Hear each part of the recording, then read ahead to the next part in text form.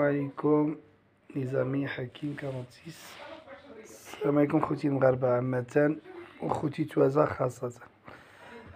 اللي كيروج في بعض مواقع التواصل خصوصا ما كيتعلق بالاوضاع ديال مدينة تازا هي كلام عن الاحكام اللي صدرت في حق المدير ديال المستشفى بن باجة وبعض الاطباء اللي كيشتغلوا بمستشفيات ديالهم الخصوصيه وبعض الممرضين. المهم داك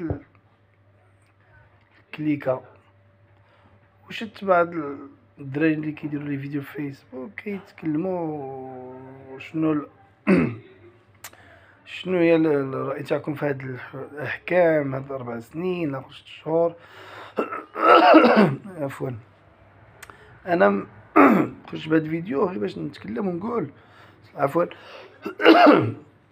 اسمحوا لي باش نقول بان حنا ساكنين مدينة تازا ما كيهمناش داك الحكم واش كتير او قليل، كيهمناش.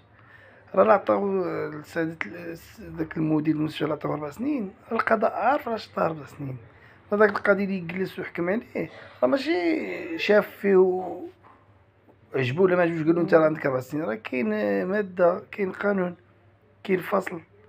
راه القاضي كيحكم انطلاقا من واحد الماده وكيمشي لذاك الفصل الفلاني. حنا راه كاين شي امور اللي ما كنعرفوهاش.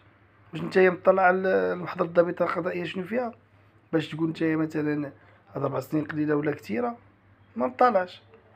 واش انت مطلع على الغرامه الماليه شحال القيمه ديالها؟ ها داك الغرامه الماليه اللي خرجوا له على ما سمعت الهضره راه جا شي 40 مليون، ما عارفش بالضبط. واش تعرف ان القاضي يكون قيم بعض الاجهزه؟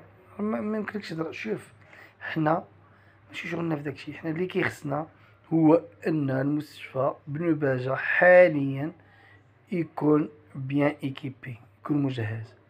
يمشي المريض يجبر فين ينعس، يجبر السيروم، يجبر جهاز التنفس، يجبر الدواء، يجبر بيطادين. هذا هو الاهم في الموضوع. اما نبقاو حنايا كنمشيو غير في الخاوي. المدير عطاوه الاخر لا ما كانش يعطيوه 4 سنين قليله فوق ولا كان يعطيوه.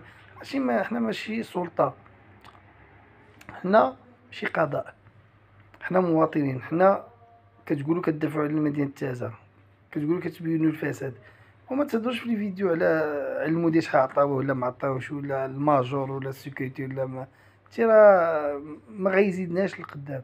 حنا خص المستشفى من بعد ما وقع هذا المشكل ياخذوا عبره للبعض، يا تاخذ عبره للبعض. واللي كيهمنا هو اننا من يجي انسان يدخل يجبر حسن الاستقبال، يجبر الطبيب يعالجو. الدواء اللي محق عطيه له الدوله محقو يجبرو تما، السيروم محقو يجبرو تما ماشي يخرج يشريه. غيجي انسان من الباديه محقو ينعس تما. ما تقولو شي ما كاينش شي بلاصه ولا شي حاجه، اولا تقولو نعس في الارض، او تقولو لا ما كاينش ما كاينش الجهاز ديال التنفس. ما يمكنش. هذا هو اللي خص الانسان يهضر عليه. كنشكركم على المنبر اخوتي، واللي بغى يتواصل معايا ويحط الاراء ديالو مرحبا. حكيم 46 ابونا عندي، وحنا هنايا كنتقبلوا النصيحه. وحنا هنايا ولاد تازا الحمد لله، ولاد البلاد. واي حاجه كتمس بالمدينه غادي نبقاو نهضروا عليها ان شاء الله وننصيو. حتى اللي ما عايش معنا هنا ولد البلاد وعنده غير على المدينه يعرف شنو واقع. كنشكركم، الله يوفق الجميع.